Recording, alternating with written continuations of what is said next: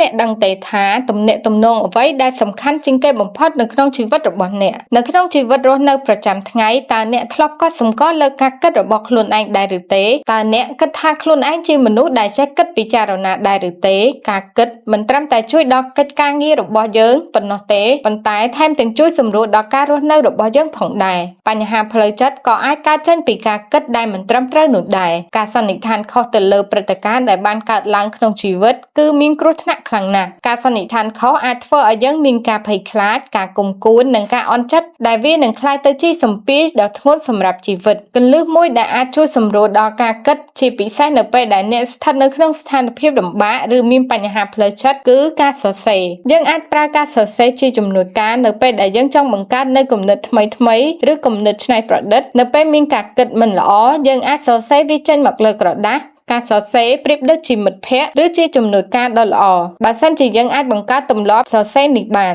ការសរសេរមិនត្រឹមតែដើម្បីការងារដើម្បីការសិក្សាឬដើម្បីការប្រស័យទាក់ទងជាមួយមនុស្សដទៃនោះទេប៉ុន្តែវាគឺជាការភ្ជាប់ទំនាក់ទំនងរវាងខ្លួនឯងជាមួយនឹងការគិតរបស់ខ្លួនឯងប៉ុន្តែវាគឺជាការភ្ជាប់ទំនាក់ទំនងរវាងខ្លួនយើងជាមួយនឹងការគិតរបស់ខ្លួនយើង